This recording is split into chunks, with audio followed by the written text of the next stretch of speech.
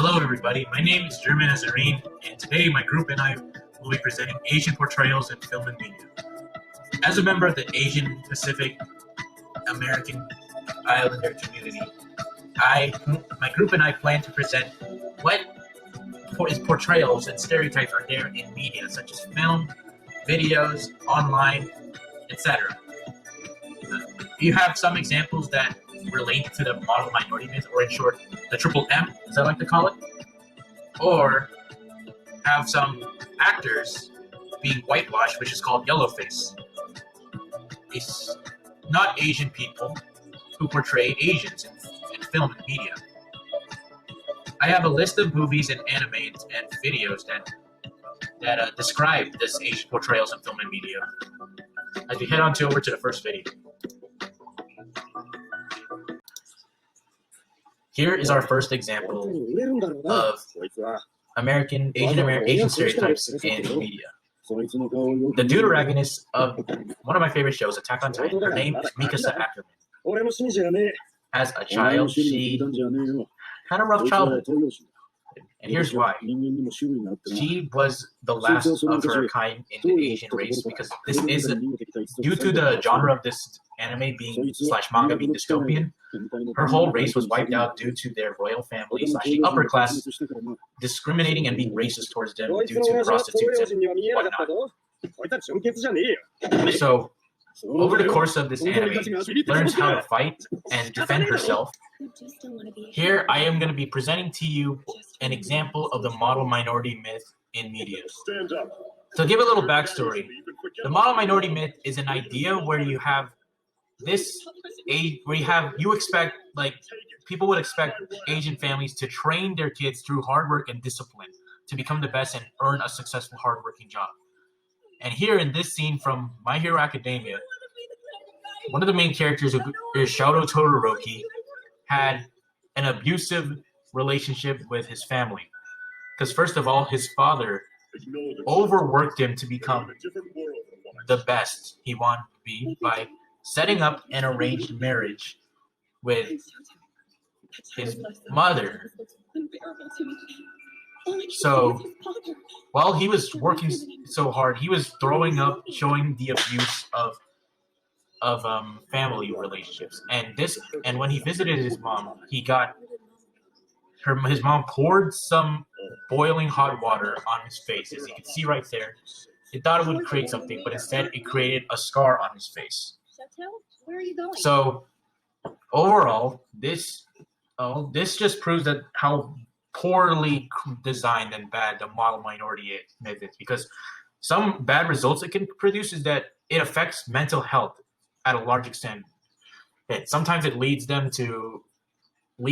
people to depression, but you see the point of why the model minority myth is so flawed.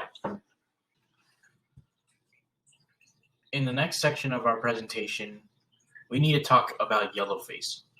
Yellowface is an idea where an actor not of Asian descent portrays an Asian character in film or TV. This is the notorious film The Last Airbender.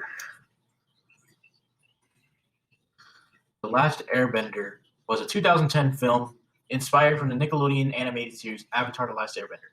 It was met with a lot of controversy due to its whitewashing in there, because the characters in Avatar are seen, they look kind of Asian due to the art style being similar to like an anime cartoon and looking kind of like calligraphy. But in here, that is not the case. The actors themselves are actually not Asian. Instead, they're like either American or non-Asian, portraying these types of characters in The Last Airbender, which is why The Last Airbender was met with a lot of criticism and controversy due to yellowface. And now I will introduce Robert. Which brings me neatly along to Mulan, an unwelcome remake of the late 90s animated movie about the young girl in Imperial China who disguised herself as a man so she can take her father's place in the army and fight to protect her country. Just like before, a lot of this movie centers around her struggle to succeed and gain recognition and respect in a male-dominated world. But this is where the difference between the two movies start to emerge and Mulan begins to unravel. See, the original actually took a balanced and realistic view of the subject of women serving in the military, Animated Mulan wasn't particularly big or strong or good at fighting because that wouldn't be realistic given her background. She was actually kind of clumsy and unsure of herself, and she had to work extra hard just to keep up with her male counterparts. She even got her ass beat a few times by her commanding officers because he correctly recognized that sending substandard soldiers into battle is a quick way to get a whole lot of people killed. But she persevered and worked hard and refused to give up, gradually getting stronger and more confident and winning over the respect of her fellow soldier. She wasn't really special in any way. She was just strong-willed and brave and refused to back down when things get tough.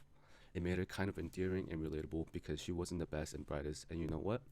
That's a pretty good lesson for kids to learn these days because let's be honest, life isn't always easy or fair. Just because other people start out better than you doesn't mean it has to end that way.